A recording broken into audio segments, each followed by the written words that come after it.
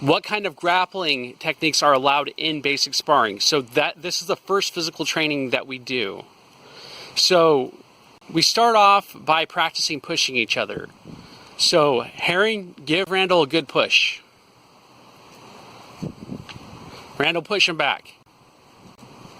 Now go back and forth like that a little bit. Don't hurt each other, but give each other really good pushes.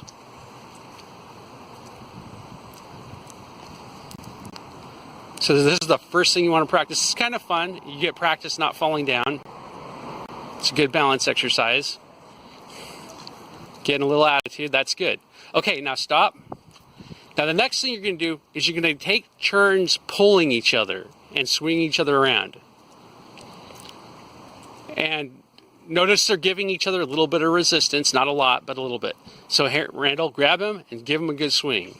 Just swing him around like you were going to swing, like he's coming at you and you were just going to swing him around. Right, good. Do it one-handed and two-handed. Randall, give him a good pull.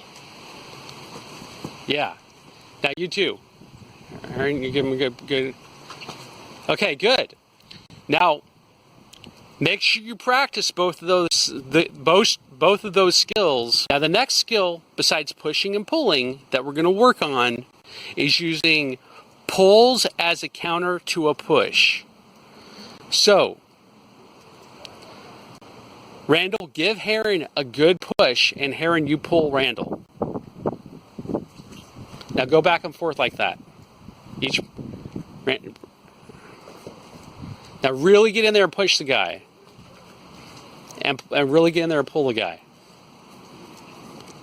Okay, get to the center, Keep going.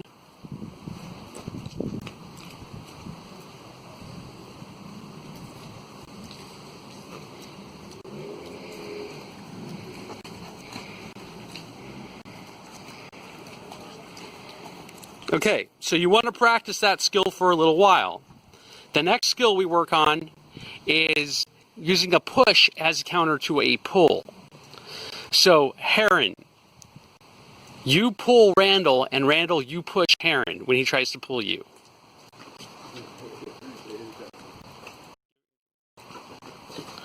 Now, Heron, now it's your turn. Go back and forth.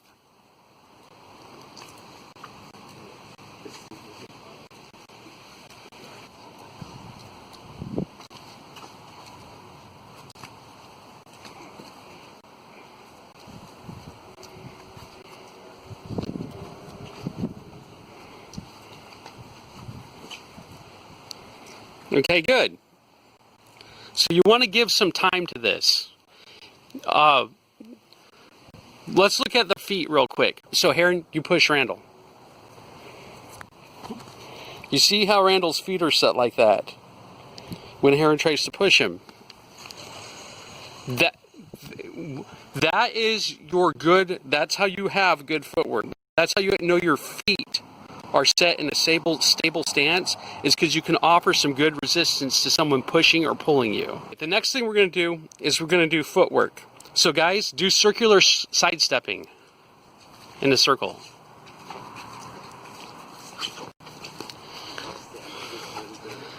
Okay, good. Now go the other way and make sure you don't cross your feet.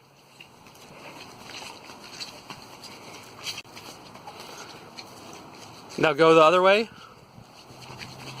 Now this is a skill you really want to be comfortable in. Now when you guys stop in a good stance. So, okay, circle, stop, circle, stop, circle the other way, stop. Okay, they're stopping in solid stances. Now what we're going to do is we're going to push each other, but when the other person goes to push you, you sidestep out of the way using that sidestepping footwork.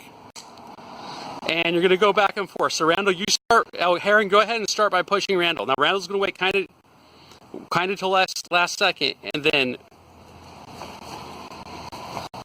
use sidestepping to neutralize that energy.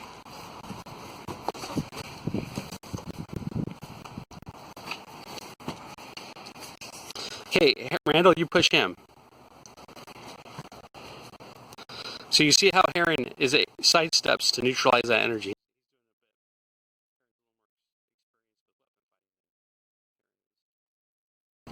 Heron's a little more experienced. Okay, now go back and forth.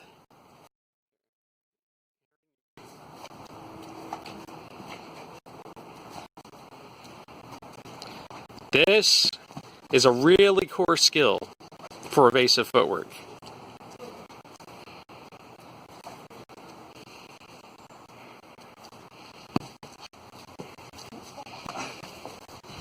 So what you can see that they're doing is one guy gives gives other guy a shove, and the other guy sidesteps out of the way.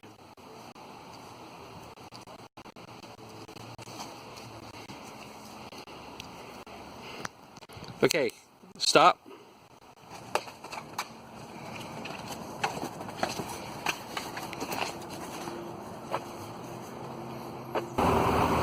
Here's what you're missing, is what happens when you spar with wrist locks.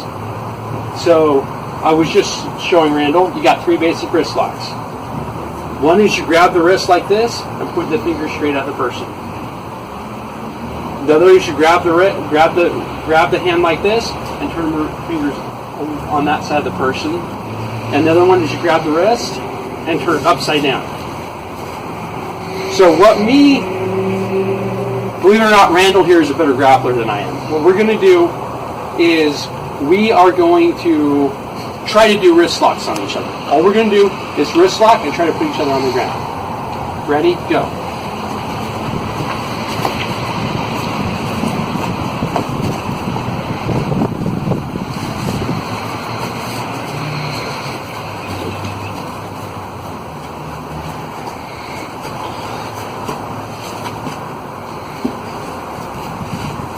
Okay, stop.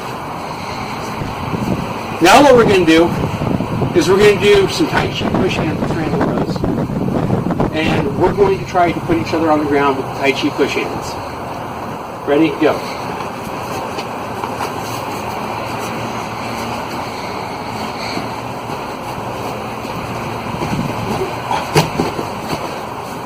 You ready?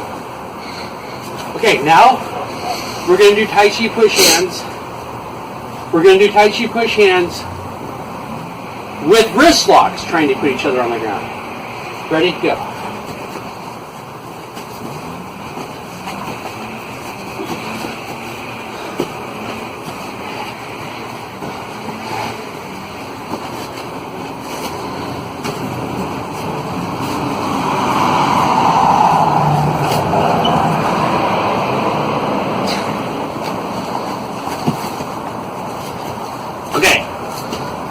So here's the thing. There's not a big difference between any 3 of those. Yushiba studied sumo quite a bit before he moved on to other types of jiu-jitsu. Sumo is Japanese push hands with palm strikes. Now the thing you got to understand about push hands in the Chinese martial arts is me and Randall might start off by doing push hands, but if I'm getting Randall ready for kickboxing, or ready for what was called San Shao many years before San Shao was a word for Chinese kickboxing. It was a word for 2-man sparring in Tai Chi.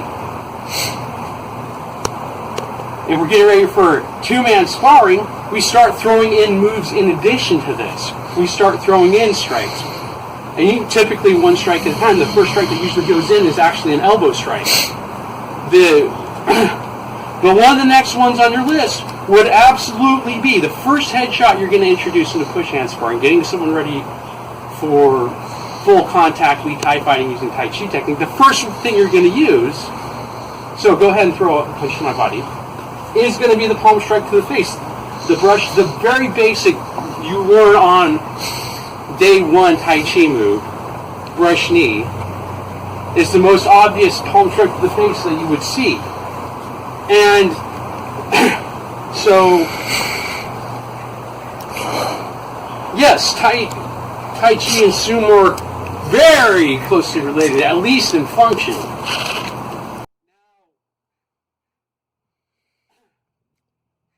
Yeah. Oh, it's past.